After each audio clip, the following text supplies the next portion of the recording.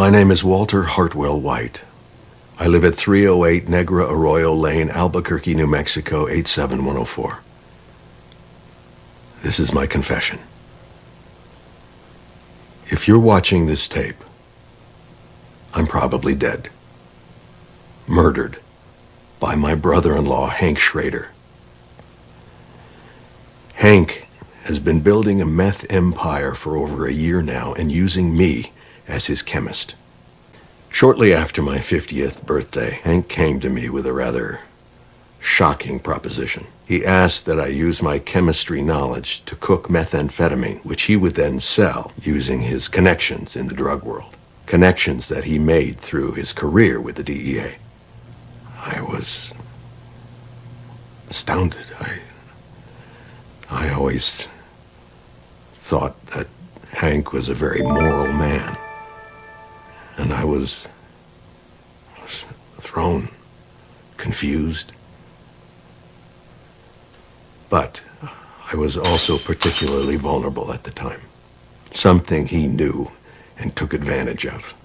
I was reeling from a cancer diagnosis that was poised to bankrupt my family.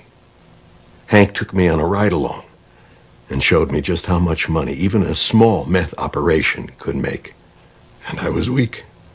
I didn't want my family to go into financial ruin, so I agreed. Every day, I think back at that moment with regret. I quickly realized that I was in way over my head, and Hank had a partner, a man named Gustavo Fring, a businessman. Hank essentially sold me into servitude to this man. And when I tried to quit, Fring threatened my family. I didn't know where to turn. Eventually, Hank and Fring had a falling out. From what I can gather, Hank was always pushing for a greater share of the business, to which Fring flatly refused to give him. And things escalated. Fring was able to arrange, I guess you call it a hit, on my brother-in-law. And it failed, but Hank was seriously injured. And I wound up paying his medical bills, which amounted to a little over $177,000. Upon recovery, Hank was bent on revenge. Working with a man named Hector Salamanca, he plotted to kill Fring, and did so.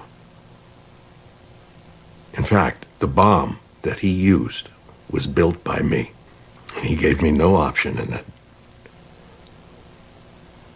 I have often contemplated suicide, but I'm a coward. I wanted to go to the police,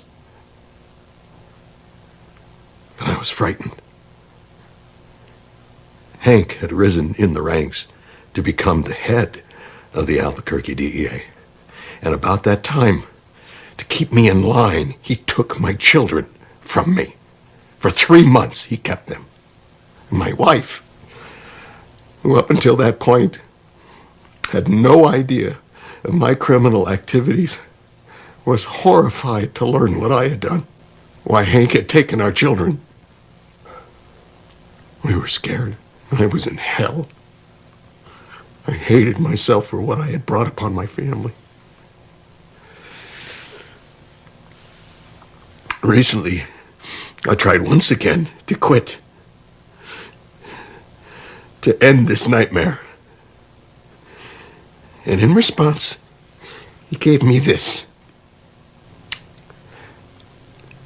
I can't take this anymore. I live in fear every day that Hank will kill me, or worse, hurt my family.